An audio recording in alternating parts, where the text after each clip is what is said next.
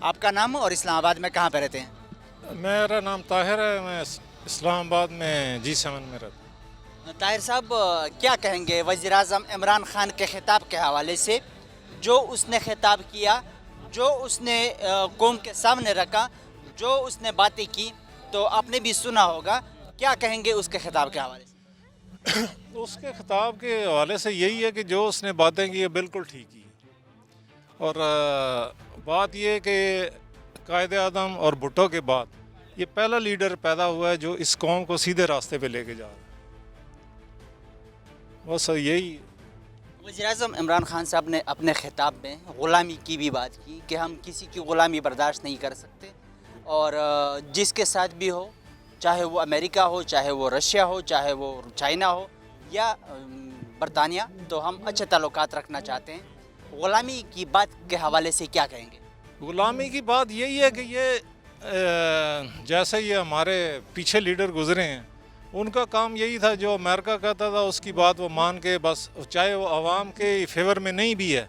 ये पहला लीडर है जिसने, मैं इसकी जो फॉरेन पॉलिसी हम इसको सपोर्ट करते हैं कि जनाब हम किसी की फेवर नहीं करेंगे, लेकिन हम न्यूट्रल रह के हम पॉलिसी को फॉलो करेंगे। जो हमारा नुकसान हुआ, जो हमने घुटने टेक दिए बाकी सियासतदानों ने अमेरिका के सामने या बाकी जिसके सामने भी, तो जितना भी नुकसान हुआ तो ज़िम्मेदार तो फिर यही लोग।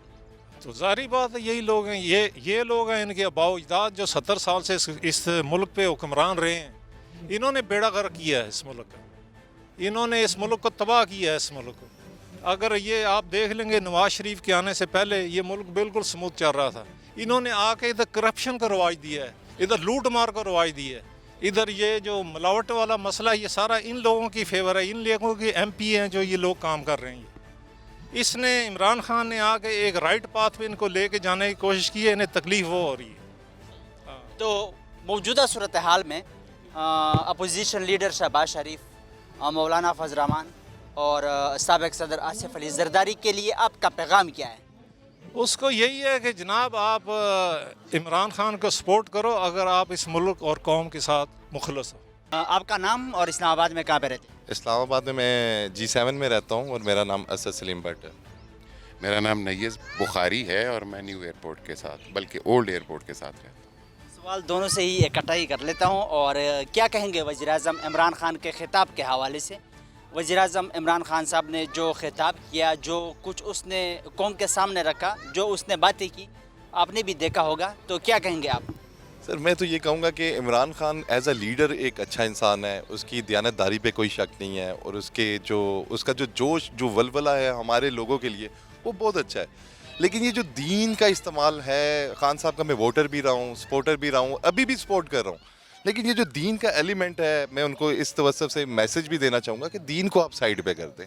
ना दीन आप चला सकते हैं, ना दीन दूसरी पार्टियाँ चला सकते हैं। दीन को ना बेचें बीच में। हमें नज़र आ रहा है कि वो दीन को बेच रहे हैं, तो इस चीज़ से इख्तलाफ है। बाकी खान साहब का एज अ सपोर्टर उनकी जो पॉलिसीज़ हैं, अमेरिका के सामने डट के खड़े हो जाना, वही सपोर्ट दैट कॉज। और बाकी अगर कोई आके दूसरी पार्टियां भी खड़ी होंगी, हमारी खुददारी होनी चाहिए। एक कौम में खुददारी होती है, तो हमें उस चीज़ में अगर कोई दूसरी पार्टी भी कन्वेंस कर लेंगे, हम उस पर कन्वेंस हो जाएंगे।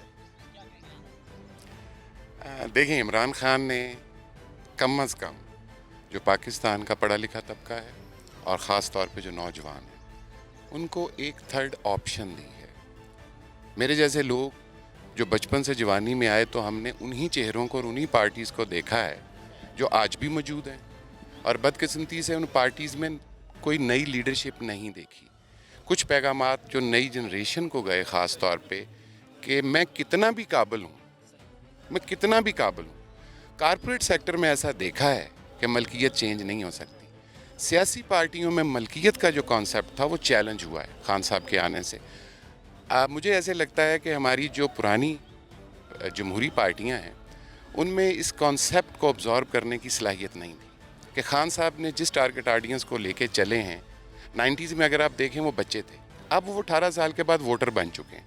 उसके साथ हमारी जो पुरानी पार्टियां वो कनेक्ट नहीं कर सकी।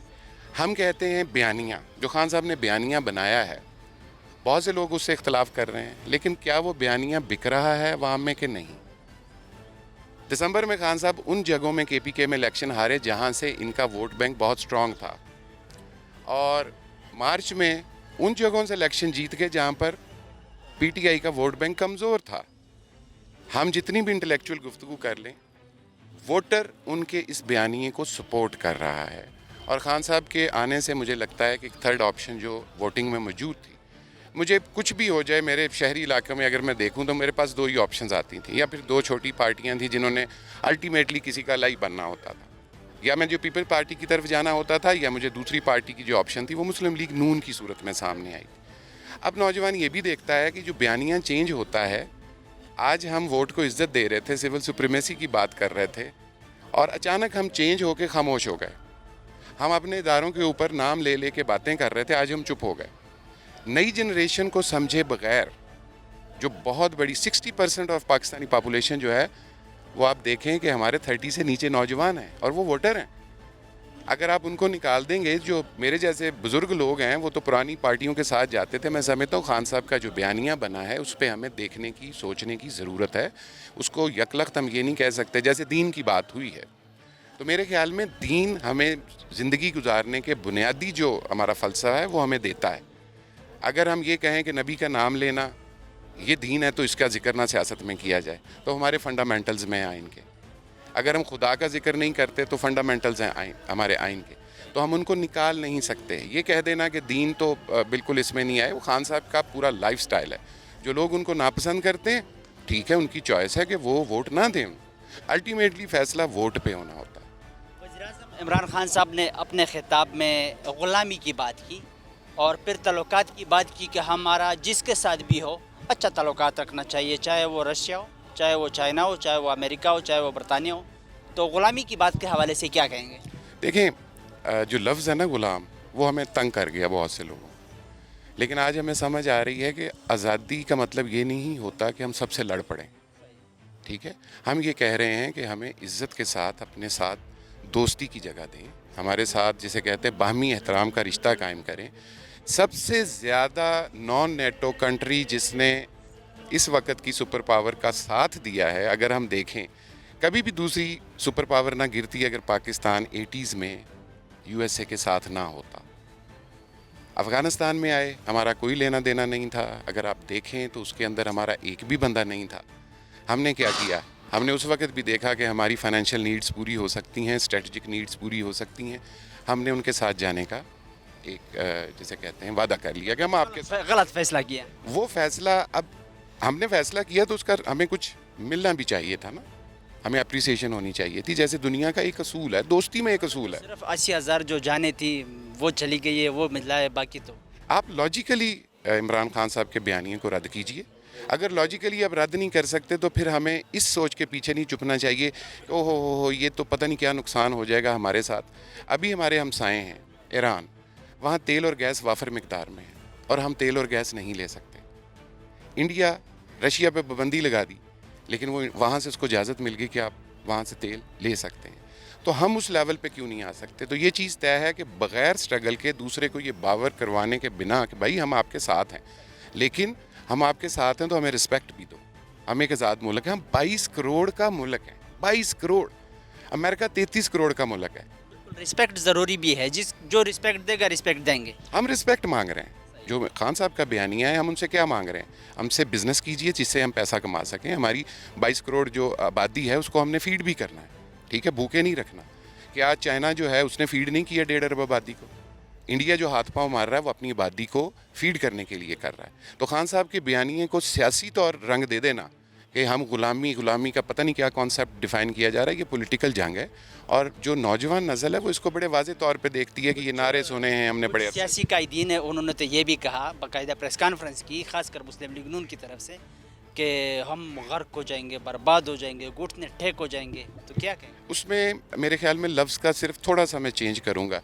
میں برباد ہو جاؤں گا, میرے ساتھ سے پھنس جائیں گے, میرے بچوں کے بزنس رک جائیں گے, میں بھوکا مر جاؤں گا. اگر اسی بیانیے کو صرف ہم سے میں تک آپ لے جائیں تو آپ کو پورا بیانیہ سمجھ آ جائے گا جو ہماری سیاسی. اب جن لوگوں نے ہمیشہ امریکہ کے خلاف نعرہ لگایا, ہمارے مولانا فضل الرحمان صاحب, آج کہاں کھڑے ہیں؟ ہمیں ان الفاظ میں نہیں کہنا چاہیے. الفاظ پہ اختلاف ہو سکتا ہے, لیکن کیا اس سوچ سے آپ اختلاف کر رہے ہیں کہ ہمیں آزاد, خود مختار, एक सॉवरन स्टेट बनना है, या आप उस सोच से साथ हैं उस सोच के या उसके मुखालिफ हैं? ये फैसला, अल्फाज कुछ हो सकते हैं, वो सख्त हो सकते हैं, किसी को सख्त लग सकते हैं, किसी के लिए वो अच्छे हो सकते हैं। मौजूदा सूरत हाल में साबिक सदर आसिफ अली जरदारी, अपोजिशन लीडर शहबाज शरीफ, मौलाना फजल रहमान जो रोल प्ले कर रहे हैं, क्या पैगाम है आपका इन तीनों के लिए?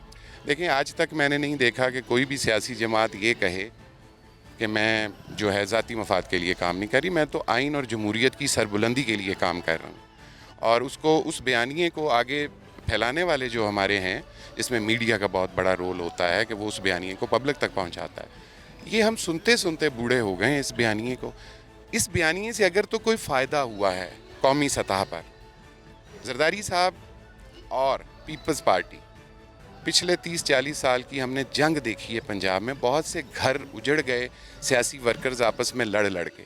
आज जब आप उनको ये कह रहे हैं हम इकट्ठे हैं जमहूरियत की सरबुलंदी के लिए, आइन की पासदारी के लिए, तो ये एक अच्छा बयानिया हो सकता है अपने आप को मुतमिन करने के लिए, टीवी स्क्रीन के आगे कहने के लिए, लेकिन अवाम इस बयानिए को नहीं ख़रीद रही।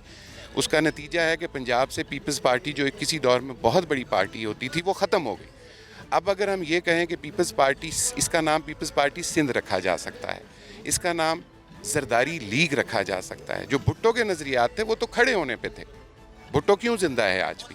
उसने अपने नज़रिए को नहीं छोड़ा, उसने अपनी जान दे दी, इसलिए लोगों को याद है। जबकि रोटी कपड़ा मकान वो भी नहीं दे सका, लेकिन उसने अपने नज़रिए को लोगों तक पहुंचाया। उससे इख्तलाफ हो सकते हैं, लेकिन उस नज़रिए के आज भी ज़िंदा है, जिसका पीपल्स पार्टी वोट बैंक जो मौजूद है वो किसी के नाम पे नहीं है, वो इस्तेमाल कर रही है आज तक। वो भुट्टो के नाम का वोट बैंक है। तो इस चीज़ से हमें ये सबक मिलता है कि किसी का नज़रिया ज़िंदा रहता है। हम आए हैं, हमने जाना है, हर एक ने जाना है। जैसे खान साहब ने भी कहा, आप खान साहब से इख्तलाफ कर सकते हैं, लेकिन गैरत की ज़िंदगी के लिए कुर्बानी देना पड़ती है, इसमें कोई शक नहीं। बहुत शुक्रिया। कतुन को द वज़ीर आज़म इमरान खान द खिताब पर हवाला द खल्को तफसीली खबर तासो वावरेदे। ज़्यादातर खल्को दा हूँ जो मुंग गुलामी द चाहम नशो बर्दाश्त कवले چې د هر یو ملک سره وي مونږ صحیح تعلقات ورسره غوښتل غواړو. د دې سره زمونږ د دې پروګرام وخت سرته رسي. د بل پروګرام دپاره زمونږ سره اوسئ. الله پامان.